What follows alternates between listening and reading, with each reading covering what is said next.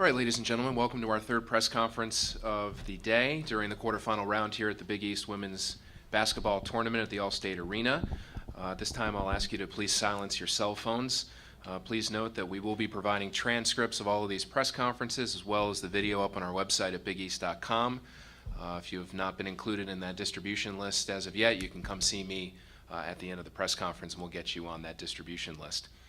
First, we will start with DePaul University, 87-53 winners over Xavier here in this quarterfinal round.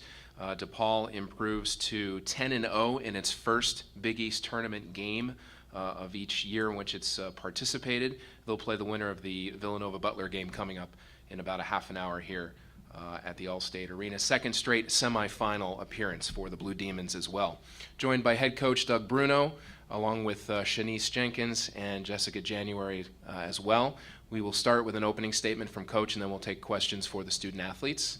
Coach Bruno, an opening statement, please. It's all about focus at this time of the year, and I was really proud of our players' focus and readiness to play. No matter what has happened or transpired during the regular season, you have to put yourself in a one-in-a-row mode or possession-by-possession mode, and I just thought our players were really ready to play tonight. And when the score ends up like the score ended up tonight, Xavier's a good team, and they beat St. John's just in the last 8, 9, 10 days. They had a really nice win yesterday. This is a team that's very, very capable, and just because we've won a couple games this year against Xavier, you cannot take for granted that you're going to win the third time out. So it's just really important that your players understand the focus of the moment, and I just thought our team was really ready to go tonight. I thought we also dodged some two foul, first half 2 foul bullets a little bit. I thought we could have got ourselves in a little bit of trouble there with Britt picking up 2 and Padcoa picking up 2, and I think Centrise McGee had 2. So I mean, we dodged that pretty well as well. When you shoot the ball, the game is always easier, and I think the players did a good job shooting the ball also. They shared the ball and shot the ball. Coach, thank you very much. We'll start with questions now for the student athletes. I ask that you please identify yourself with your name and organization. If you have a question, please come on over to Brad, who has the microphone over there. Brad, right there against the wall. I don't think it's going to reach all the way over to you.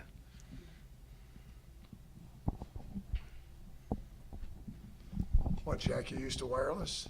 You're my age. Yeah, you're my age, Jack. We used to do this without microphones. I know. I could just yell. Jack McCarthy, Chicago Tribune. Jessica, could you talk about how prolific this offense is and what makes it go and work so well together? Well, we have really good players on this team, and Coach always says, he gives us an offense to run, but it's about the players that run it. So I think we did a good job spacing the floor and attacking and trying to get to the rim and also kicking it out to our shooters. So. Congratulations, guys. The question I have is for Shanice. Shanice, did you feel like you were in the zone tonight, or what transpired for you that made this game as prolific as it was? I guess in the zone, but before every game, Coach always tells me to be ready at the jump, and I think these past couple games, my teammates and I have done a very good job of being ready at the jump, so it was just all about being focused. And, I forgot to identify myself, Allison Moran, the token female of Tribune Media in Chicago Now. Let's see, and Jessica, how about for you? I would say the same. I think we were all just really excited to play and have the opportunity to, win a game and compete. So, yeah. Okay. Right here in the second row. Hi, Jim Neudorf from Scout. Jessica, with the team's relatively slow start offensively in the first 4:30 or so, how do you avoid pressing offensively on and kind of sit back and just wait for your chances to come? Yeah, we did start off a little slow, but I think our defense picked up and we used that energy and that translated into our offense, and then we started to get going. So. Any other questions for the student athletes? Yep, Bob. Bob Sakamoto from DePaul, A question to both players. Being the defending Big East champion, how much pride do you take in not letting this get taken away from you this season, that you want to defend your championship? Jessica, we'll start with you. Well, I think not only just this championship, but every game, we're all really competitive players, and we want to get out there and give it our best shot. So we're going to do whatever we can to try to win. So. Just the defending part. We can't rely on what we did last year. We're a totally different team with a totally new identity, and I think that we have to be ready to bring it every game because every team in this conference is really good, and we're not just defending the championship, but we're defending the name on our chest, and we just got to fight hard every game. Any other questions for the student athletes? Okay, thank you, ladies. You're excused. You can head out that side door to the right. We'll give them a minute to depart, and then we'll open it up to questions to Coach Bruno.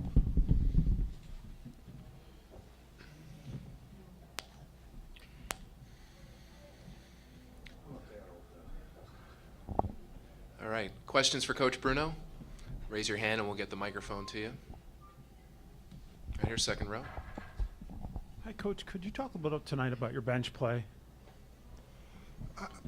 I think our bench play has been very, very important all season long. The way we play, our style of play requires depth. And I just thought it was really important that the players that have been coming off the bench, Marte Grays hit a couple big shots early on her entrance. And then Brooke Schulte did some good things. And it wasn't a great Brooke Schulte night, but at the same time, she did a couple things that you don't show up on the box score. And then I think she settled down and started to play a little bit more about the player that she's given us that she's been off the bench. Ashton Millender did a nice job. So I just thought we were able to get a rotation going. And then, we're still trying to.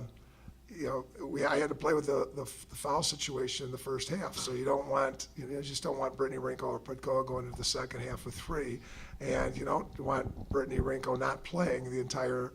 You don't want to bench her the whole first half either because she's got 2. So that's a fine line there. So I thought the bench was very important, but the pressure that we use, I think, is really important. At the end of the night here, I think I'm going to look down at this. I haven't looked down at it yet, but I'm going to guess the minutes are in the 20 to 25 range for our starters. I had to put TT back in at the end there just because Schulte was wearing out, and those two share a spot almost. So, I think the minutes were pretty well preserved as they can be in 1 in a row 3 nights consecutive basketball. So we're going to have our hands full tomorrow with whoever wins this next game, and that's what makes tournament basketball, the league tournament basketball, so different than even the NCAA. The NCAA tournament, you still get the day in between, whereas conference tournament basketball is 1 in a row 3 times or 4 times. So it's just a really different style of ball and a really different style of usage of your bench. But we've been using the bench all year. I don't think you saw anything different than what we've been doing. Since we've lost Rogowski, this has become the rotation. Anything else for Coach? Coach, thank you very much. Thanks, everybody, for covering women's hoops. Hello, Anuka. Anuka Brown's in the house. Congrats, Coach. We'll see you tomorrow.